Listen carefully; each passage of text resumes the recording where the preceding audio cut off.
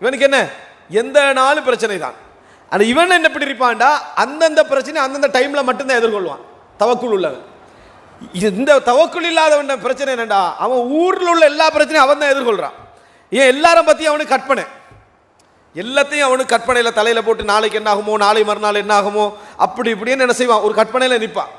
இது பதட்டம். என்ன கிடைக்கும்? ஜஸா. என்ன சொல்றது? அது ஜஸா. குர்ஆன் அதை சொல்லுது.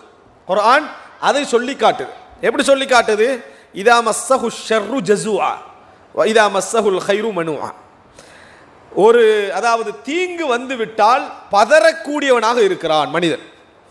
ஒரு தீங்கு வந்துட்டா வந்துட்டேன்னு சொன்ன வரப்போகுதுன்னு கேள்விப்பட்டாலே பதறக்கூடியவனா என்ன செய்யறான், இருக்கிறான். சரி, நல்லது நடந்தா அப்ப என்ன செய்யணும்? சந்தோஷமா இருக்கணுமே, அவன்லே பதட்டம் அவனுக்கு இருக்கும். நல்லா புரிஞ்சுக்கங்க, தீங்கல மட்டும் பதட்டம் இருக்காது, நல்லது இருந்துட்டு அவனுக்கு ஒரு பெரிய பதட்டம் இருக்கு. என்ன பதட்டம்? போயிருமோன்ற பதட்டம். என்ன பதட்டம்? அப்ப பாருங்க, அவன் எப்பயும் பதட்டத்தில் தான் இருக்கிறது. அவனுடைய லைஃப் எப்படி இருக்கும்? ஒரு பதட்டத்திலேயே இருக்கும். இல்லல் முசல்லி, தொழுகையாளிகளை தவிர. யாரை தவிர? தொழுகையாளிகளை தவிர. அவங்க தான் தங்களோட பொருளாதாரத்திலிருந்து கொடுத்துக்கிட்டு இருப்பாங்கன்றான்ல, பதட்டத்தில் உள்ளவங்க கொடுக்க மாட்டான் தானே. இவங்க என்ன செய்வாங்கடா, கொடுத்து கொண்டு இருப்பாங்க. அப்ப இரண்டாவது என்ன கிடைக்குது? தவக்குலுண்ட வாழ்க்கையால கிடைக்கிறது நிம்மதி. நிம்மதி கிடைச்சா என்னென்ன கிடைக்கும்னு கேளுங்க. நிறைய பேர் இன்றைக்கு என்னமெல்லாம் டயட் செய்கிறான், அது செய்கிறான், காலையில் எழுப்பி பேலியோ டயட், அந்த டயட் உள்ள எல்லா டயட்டும் இருக்குது. கல்பு சரியில்லை. இங்கே என்ன பிரச்சனை? உள்ளஞ்சரையில். அதாவது இன்றைக்கு ஆரோக்கியம் சம்பந்தமான குறிப்புகளை நம்ம படிக்க முடியுது. கவலையில் ஒருத்தன் ஃபெட் ஆயிடுவானா, உருகிடுவான்னு நம்ம நினச்சேன், பார்த்தா அவன் ஃபெட் ஆயிடுவானா. இல்லைங்களா? என்ன ஒருத்தன் கூட கவலைப்பட்டுக்கிட்டு இருந்தான்ட்டு அதனாலே அவன் ஃபெட். இவன் டயட் பண்ணி என்ன பிரயோசனம்? இவன் முழு கவலையும் நம்ம இப்படி ஆக போகிறோமோன்றது. நல்லா முடிச்சுட்டு வந்து கவலைப்படுறது. அப்போ என்ன நடக்கும்? ஊதிட்டே போகிறது தான். அப்புறம் டாக்டர் மார்க்கு ஏச்சு அட்வைஸ் பண்ணவனுக்கெல்லாம். இவன் பிரச்சனை வேறு. அப்போ பதட்டம் என்பது உங்களுடைய ஹெல்த்துக்கு ஆபத்து, உங்களுடைய எதிர்காலத்துக்கு ஆபத்து. மனைவியோட நிம்மதியாக பேசலுமா? பதட்டமாக உள்ளவன் பேச இயலாது. நிம்மதியாக பேசுவானா? இல்லை. வைஃபு சும்மா ஒரு பொருளாதார விஷயத்தை எடுத்தாலே டென்ஷன் ஆயிடுவான்.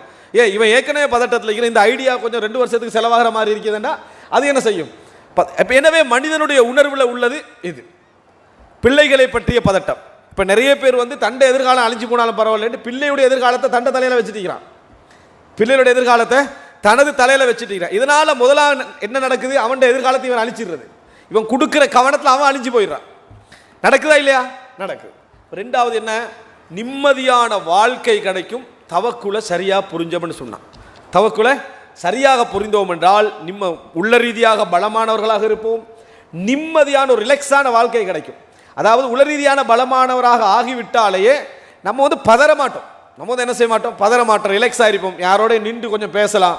யாரும் நிறைய பேர் ஓடிக்கிட்டே தான் நிற்கிறான் இல்லை. அப்போ அதை நம்ம நின்று பேசலாம், நமக்கு டைம் இருக்கும், சந்தோஷமாக இருப்போம், எல்லாம் நமக்கு என்ன செய்யும்? ஒரு நிலைமையில் இருக்கும். ஆனால் எப்போ கூடினாலும் இதே கதையாக பேசிட்டு இருக்க மாட்டோம். வேறு வேறு நல்ல நல்ல கதைகள்லாம் என்ன செய்வோம்? பேசுவோம், படிப்போம். அல்லாஹு தஆலா நம்மகிட்ட கொஞ்சம் நிம்மதி வைக்க போய் தான் நம்மளாம் இங்கே இருந்துட்டிருக்கிறோம். அதையும் புரிஞ்சுக்கணும். முழுமையாக இல்லாமல் இல்லை, அதனால தான் நம்ம இங்கே இருக்கிறோம். இப்போ உட்கார்ந்து கவலைப்பட்டு இருக்கிற கொஞ்சம் பேர் வெளியே வைக்கலாம். வழங்கிட்டா இந்த நிமிடத்திலே உட்கார்ந்து என்ன செய்யலாம் அப்படின்னு கவலைப்பட்டு நம்ம இங்கே வந்து நிம்மதியாக ரிலாக்ஸாக இருக்கிறோம்னா நம்மகிட்ட எல்லாம் கொஞ்சம் வச்சுக்கிறான். அது இன்னும் கொஞ்சம் வளர்த்தோம்னா இன்னும் சந்தோஷமா என்ன செய்வோம்? இருப்போம்னு அர்த்தம். இன்றைக்கு நம்ம இங்கே ஒரு 1000 பேர் நம்ம கூடி இருக்கிறோம், பெண்களும் வந்து உட்கார்ந்துட்டு இருக்கிறோம். ஒரு கிட்டத்தட்ட அசரில் இருந்து இந்த டைம் 10 மணி வரைக்கும் நம்ம பயானை கேட்டுட்டு இருக்கிறோம்னா நம்ம கொஞ்சம் ரிலாக்ஸாக இருக்கிறோம்னு அர்த்தம். அல்லாஹ் அதை தந்திருக்கிறான். மனசில் அந்த ஒரு கூவத்தை அல்லாஹு தஆலா தந்திருக்கிறான். அந்த பதட்டை எடுத்து ஒரு துமனீனத்தை அல்லாஹு தஆலா தந்திருக்கிறான். இப்போ இரண்டாவது அம்சம் இந்த தவக்குல் ஏற்படுத்தக்கூடிய முக்கியமானது.